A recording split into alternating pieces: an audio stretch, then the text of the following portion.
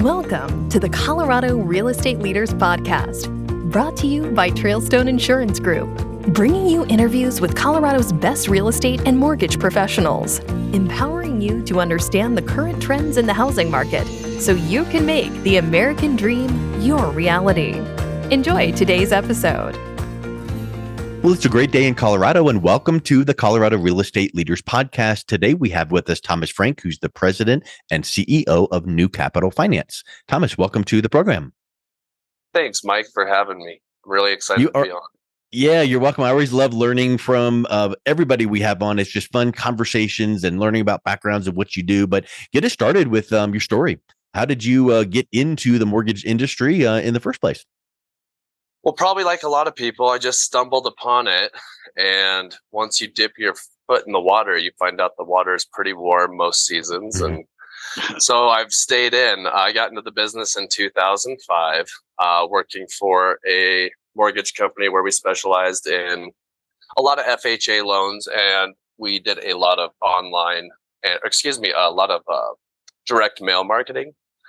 So I got my feet wet there up until the crash, and then got back in. Actually, I never really left. I went to a bank and was still kind of doing some originating activities during the crash, and got back in 2012, 13, and just went full force. Started my company about 3 or 4, coming up on 4 years now in October, that I started New Capital Finance, and we grew to about 22 people, and we've shrunk a little bit here over the past 14 months as there's been some margin compression and market compression and things like that. So it's been a wild ride, lots of ups and downs. And like I said, it's mainly treated me really good over the years, lots of ups. So.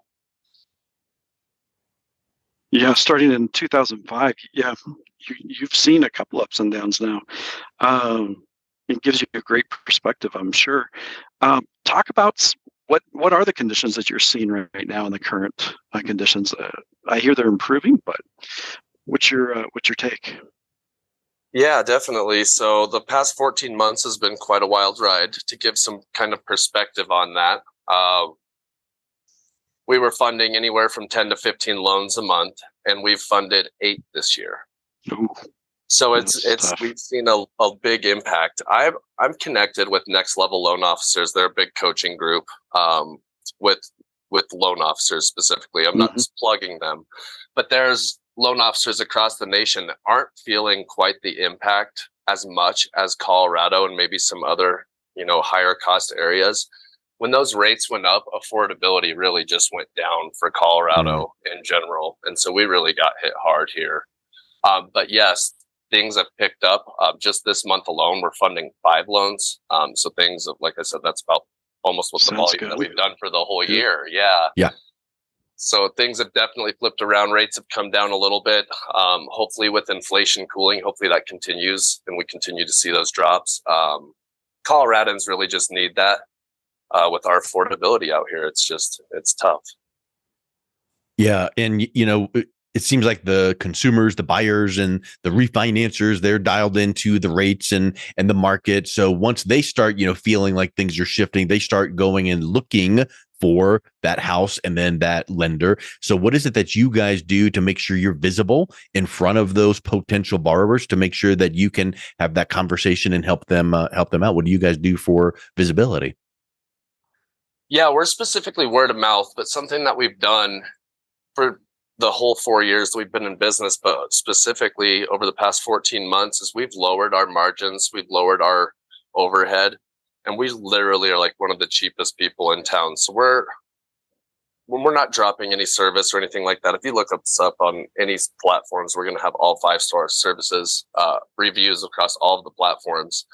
But we've lowered our compensation essentially, and lowered our margins and lowered our everything. And it's just really to stay competitive and stay in this market. We're running lean right now.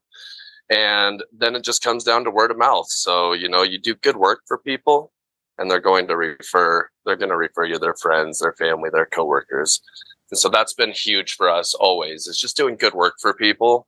And then, and then asking them to, refer you. I think that's a big thing that a lot of people drop the ball on, is they're not asking for referrals. They're not asking for service. I think I've heard the statistic from years past that, a lot of people that bought a home were surveyed, hey, would you work with that lender, that real estate agent again? And it was like 90% of the time, yes.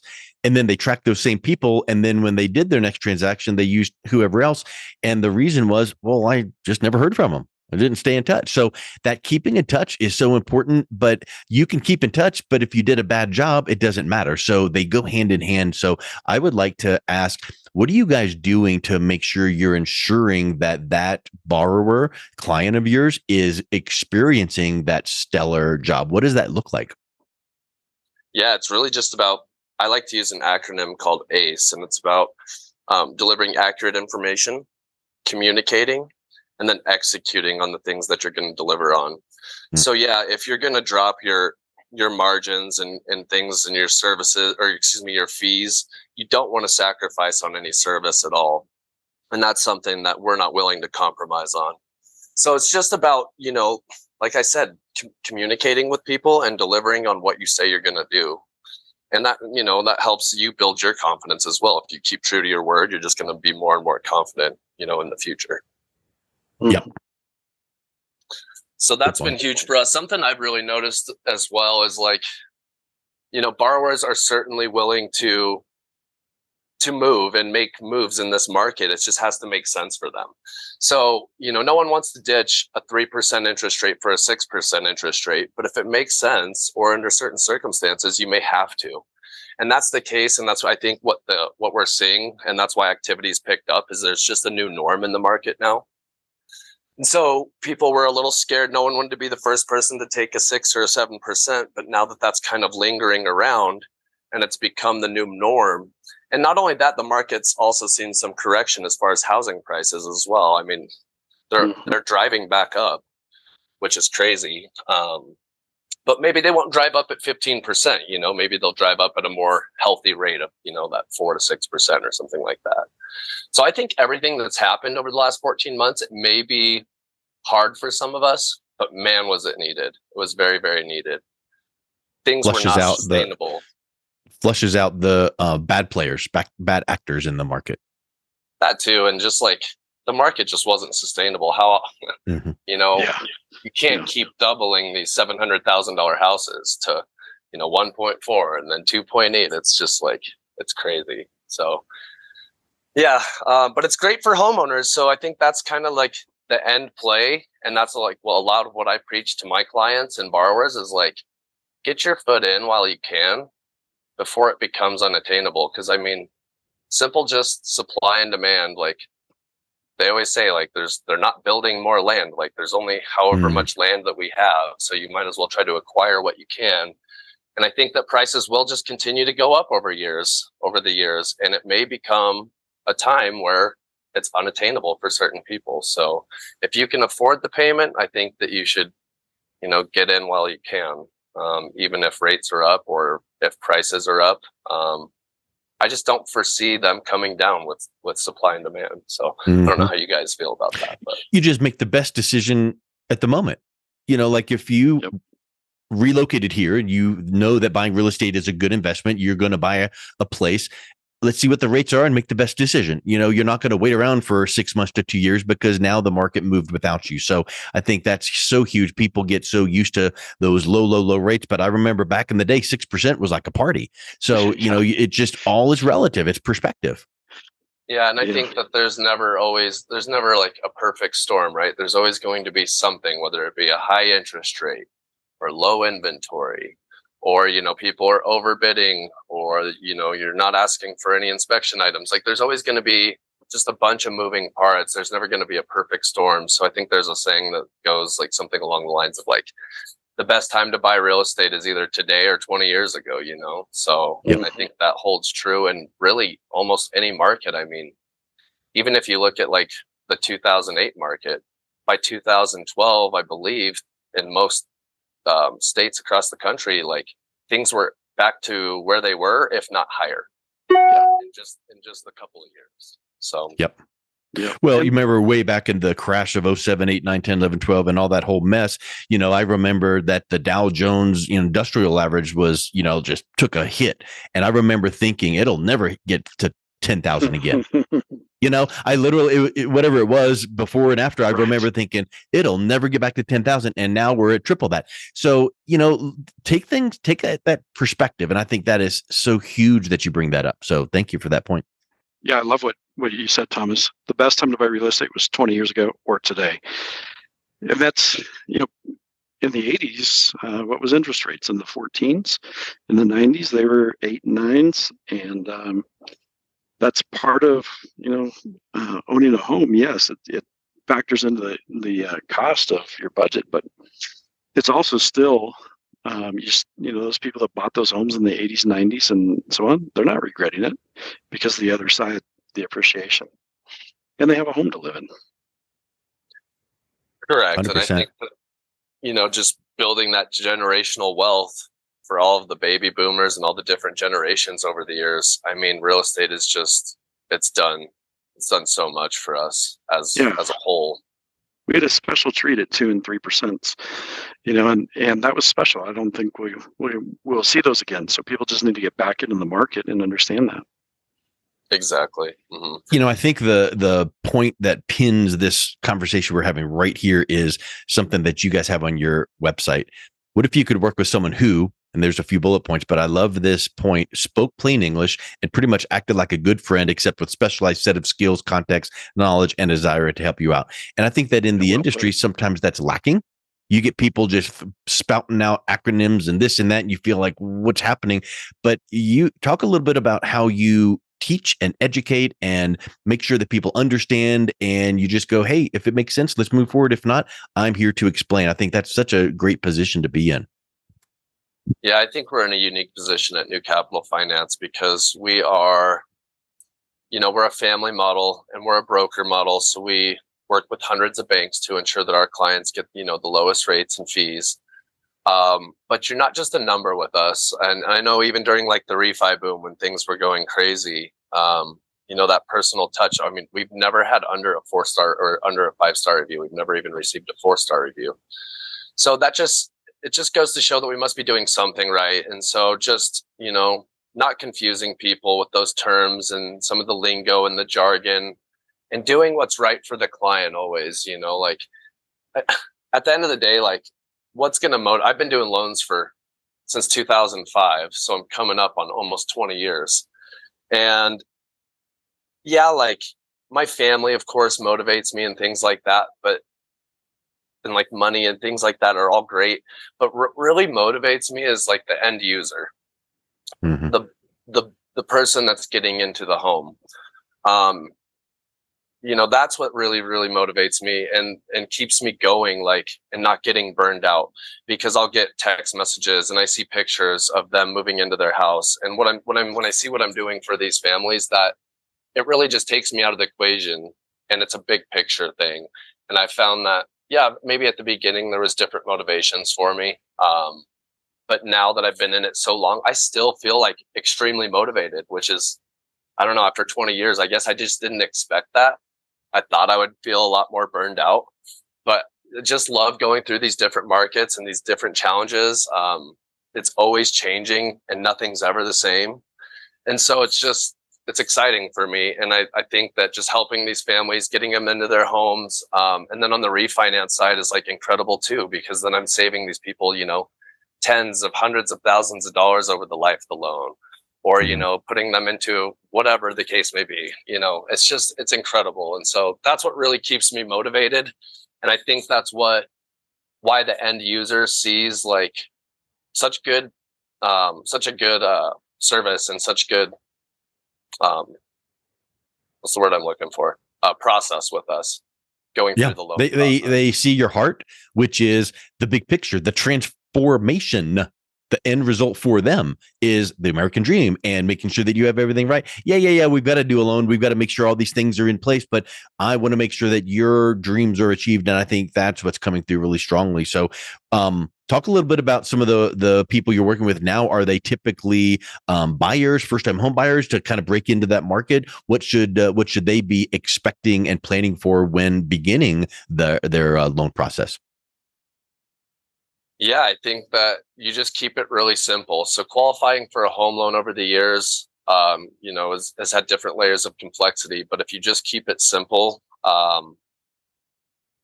that's what really stands out to these people. And so you can really just like, it's not too hard to qualify for a home loan. So you just need a credit score of maybe like, gosh, man, I don't like to throw out numbers because there's so many different specific programs and things. But what I like to do is just say maybe like a 580 credit score and a 2-year job history and a 2-year residential history. Those are really the only things that I'm looking for to start. And yes, from there, it will get deeper. But those are the only things that we need to start. So if we just keep it simple and we don't overcomplicate it, then I'll know where to take the borrower into what specific programs and things like that. There's so many different first-time homebuyer programs and grants that are available through the state. So what I like to do as a broker is just take a look at their loan application. Like I said, I keep it simple. Maybe a 580 credit score. There's cases where we can go lower than that. So I don't like to put a number on it. Wow. But a 580 credit score and a 2-year job history.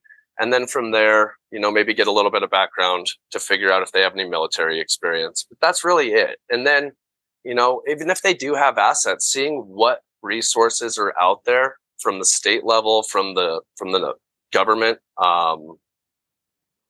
There's just a lot of different bond programs. So you don't have to put your assets into these programs always. So I don't know. I just like to educate these people and show them what's available and then consult them into the correct programs. Yeah, I love it. I think, I think that a lot of times, the KISS concept is so vital. Keep it simple, stupid, right? Keep it simple and explain, you're not going to get into the weeds of all of the things that go into getting into and qualifying for home, because there's many, many, many. But if they know that you've got their best interest at heart, and you mentioned 580, 620, those kind of numbers. I think a lot of people have the misconception that I better have an 800 FICO, perfect, never had any ding. But in reality, if you can go down that low and there's possibility for getting that loan approved, that's a huge aha for people. Sure. Absolutely. And it's just having those options available. And especially like for all of my different referral partners, they just like to know that, they can send me someone and I'm going to have a good look at it and let them know, up front if we're going to be able to get it done or not. So I think that's just important to have that confidence, especially when you're dealing with some lower credit type stuff. And we have all kinds of resources as well for people that maybe do need some credit repair. We do some free credit repair for people. To get them up to where they need to be, especially with all these new, and this is where it kind of gets, a little more complicated, but all these new LLPAs, loan level price adjustments that everyone's talking about, and how, there's certain, if you put a certain amount of money down, you're getting, a loan level price adjustment, or if you have a certain credit score, you're going to have a certain loan level price adjustment. And it's just, there's certain ways that you can avoid all of these things. And I just think that right now it's just, there's a lot of information that's out there that can be confusing to the borrower for sure. So if you can just let them know that you have somebody, that has their back, that's been through this stuff and they trust you, then they don't have to worry about all the stuff that they're seeing on the news and social media and things like that. Have you guys heard a lot about these loan level price adjustments lately? It's kind of been a hot topic. For me, I know I have not. Okay. Well, you're in the insurance world, so probably not. But yeah, if you guys, they've been putting it on the news, and they're saying oh, well, if I have, a higher credit score, why am I being penalized? And if you look at these heat maps, which is what essentially they're putting out to the public, that is what they're doing. They're penalizing higher credit scores for these loan level price adjustments. And it's kind of I guess asinine would be the only word that I wouldn't that be opposite? Shouldn't you, if you have a high credit score, shouldn't you get a little bit of a break and a benefit? And that's, yeah. And what they're trying to do is they're trying to help out the people with lower credit scores, but in turn it is kind of, penalizing people who have good credit. And so, wow. But in the long term, or in the long run, when you look at all of these final adjustments, it still is going to be cheaper to have good credit. So it doesn't make sense for you to go run your credit down into the ground, because the thing is these are just loan level price adjustments. So the interest rates will be a lot lower on a higher credit score, and you'll still have those loan level price adjustments. But if you have a low credit score and you're dealing with those adjustments, like a low credit score on conventional, you're going to have a very high interest rate anyways. So it all just, like I said, it all gets very complex. And so you just want to keep it simple for the consumer. And they just want to know that they have someone that they trust behind them. That's huge. And Thomas, I think that's what we're hearing throughout this conversation is just talk to me like a human, explain things so I understand it, so that I trust you. And here's what I need to accomplish. And man, if you can guide me through the maze of getting in and qualifying for a loan and all that, that's huge. So I think that's what you're just articulating so well. So if someone is listening and interested in reaching out and learning more about what you guys are doing and connecting with you, what's the best way that they can do that? The best way to reach us is on our website, which I know that you're going to post, but you can also contact me at tfrank@newcapfinance.com or on my cell phone, 303-341-6558. So that's the best way to reach us. Excellent. Well, thank you so much for coming on today. It's been a real pleasure talking with you. Thanks for having me, Mike. Thank you for listening to the Colorado Real Estate Leaders Podcast, brought to you by Trailstone Insurance Group. To learn more about the topics mentioned on today's show or listen to past episodes, visit www.coloradorealestateleaders.com.